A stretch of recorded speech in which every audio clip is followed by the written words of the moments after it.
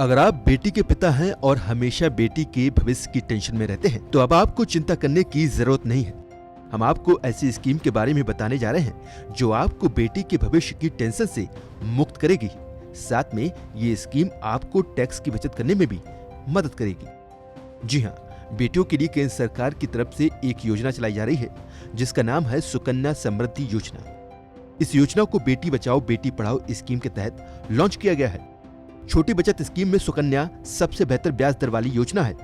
बेटियों के नाम पर शुरू की गई इस स्कीम में आप महज 250 रुपए से अकाउंट खुलवा सकते हैं। इसमें सालाना जमा कराने की सीमा 1.5 लाख रुपए है। अभी इस योजना में 7.6% की दर से ब्याज दिया जा रहा है जो इनकम टैक्स छूट के साथ है। इससे पहले इसमें 9.2% तक इंटरेस्ट फ्री ब्याज भी मिला है।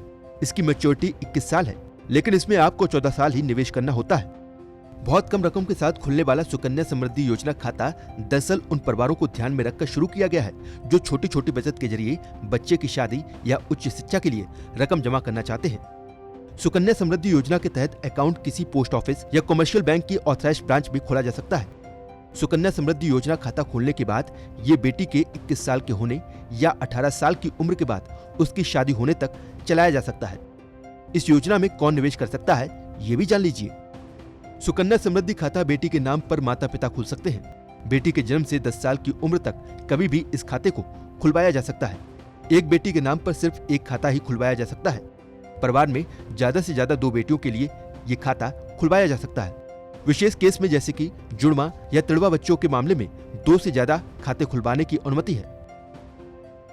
सुकन्या समृद्धि योजना खाते में रकम कैश, चेक, डिमांड ड्राफ्ट या किसी ऐसे इंस्ट्रूमेंट से भी जमा कराई जा सकती है जिसे बैंक स्वीकार करता हो।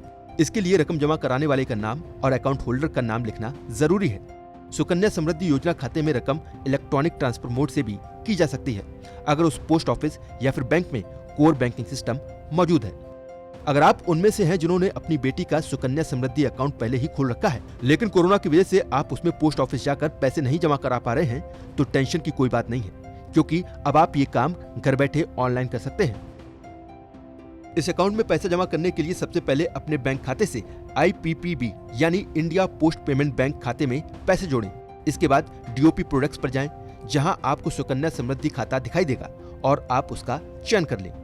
अपना SSBI यानी सुकन्या समृद्धि योजना अकाउंट नंबर और फिर DOP कस्टमर ID लिखें।